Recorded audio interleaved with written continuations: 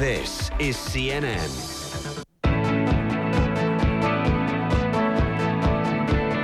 Back now on my exclusive interview with Robert Blake. As you've seen, he's raw, riveting, and absolutely unpredictable, especially when asked him about his wife.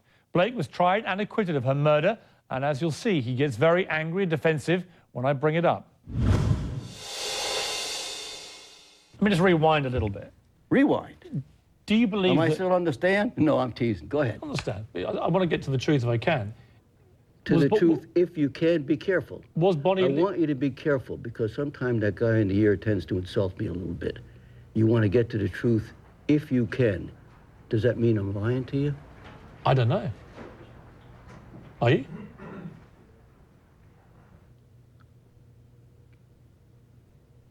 What do you think? I don't know. I mean, I think we're going to get to some questions where... Well, tell me where I'm lying. Because if you don't know I'm telling you the truth, then you must have a little scratch in the back of your head about where I'm lying. Tell me where I'm lying. I'm not saying you're lying. But you're saying you don't know if I'm telling the truth. What the hell is the difference? I'm saying I've met you for, what, 20 minutes? I don't care about that. You put me on the stand, I'm telling the truth, and you say you're scratching the head. Why are you being so defensive? Because you just insulted me. I didn't insult you. Yes, you did. Nobody tells me I'm a liar. I didn't call you a liar. You said I might not be telling the truth. What the hell is the difference? I said I'm going to ask you... I don't want to take this anyplace special. All I want... Okay, let me say it this way. My skin is a little bit thin. Sure. Which is why I stay away from people mostly. I've never allowed anybody to ask me the questions that you're asking. Mm-hmm. I allowed you to do that because I trust you. And I would have assumed that you and that guy in your ear would trust me. And if you don't, then we better start talking about the little rascals. No, I'm asking you questions about very well documented... I've heard what you said. I allowed you in because I trusted you.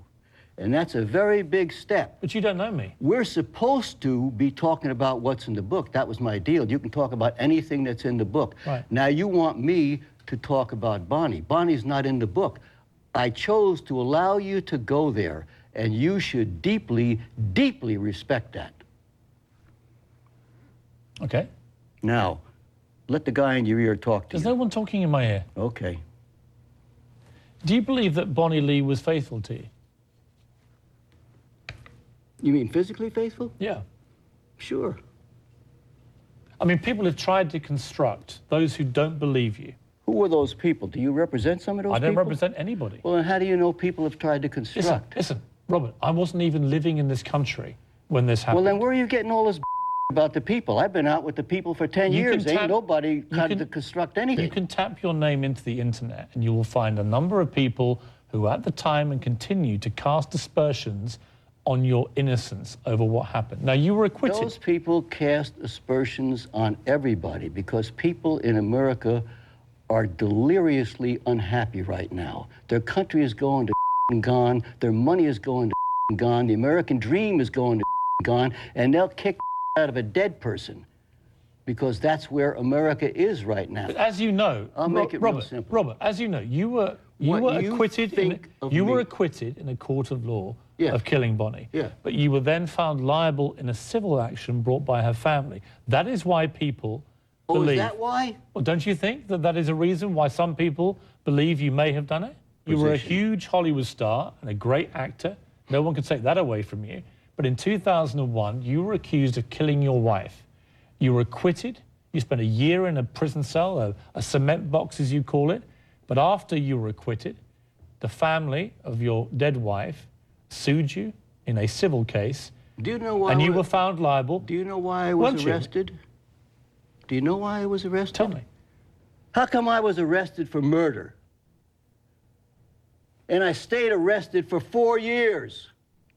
1 in a cement box and 3 in my front room where I couldn't leave because I was still under arrest.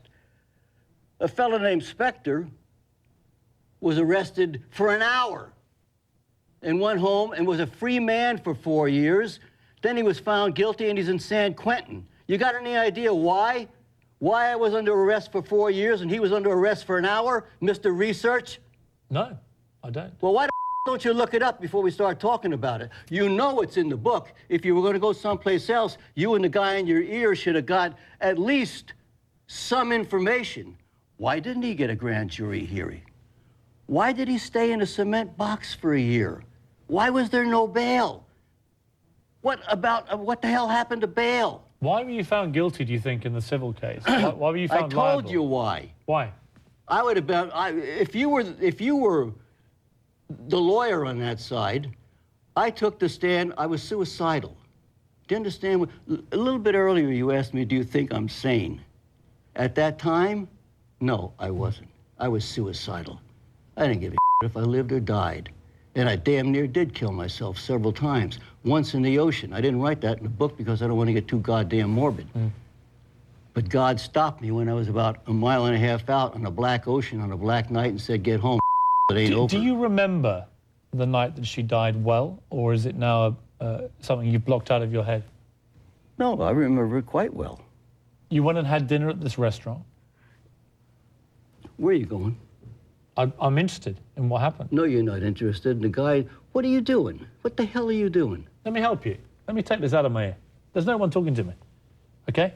You haven't got to worry. There is nobody talking to me.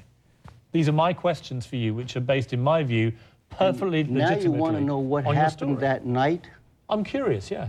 No, you're not curious. I am, because you were acquitted. I thought you said you researched all this, so you know what happened that night. I know the facts of the night. I'm curious about... Tell me about the facts of the night. You take your wife for dinner to a restaurant. Go ahead. Your wife goes to the car. You go back to retrieve, as you say, your gun, which is in the restaurant. And when you return, your wife has been shot dead. When they test the gun that you go and retrieve, that is not the same gun that killed her. Am I right so far? So far. Right, so Roughly, I'm factually correct. I have no agenda here at all. You clearly think I do, but I don't. It sounds boring as hell, but go ahead. I don't think it's boring. Your wife got murdered. No, but your questions are boring. I mean, even what you just said. Are you sure the people in Tibet give about any of this? I think you're here because you've written a book about your life. Yeah. And I would argue... There's a lot more to my life I'm sure than there is. that night. But there's probably nothing more significant in your life than...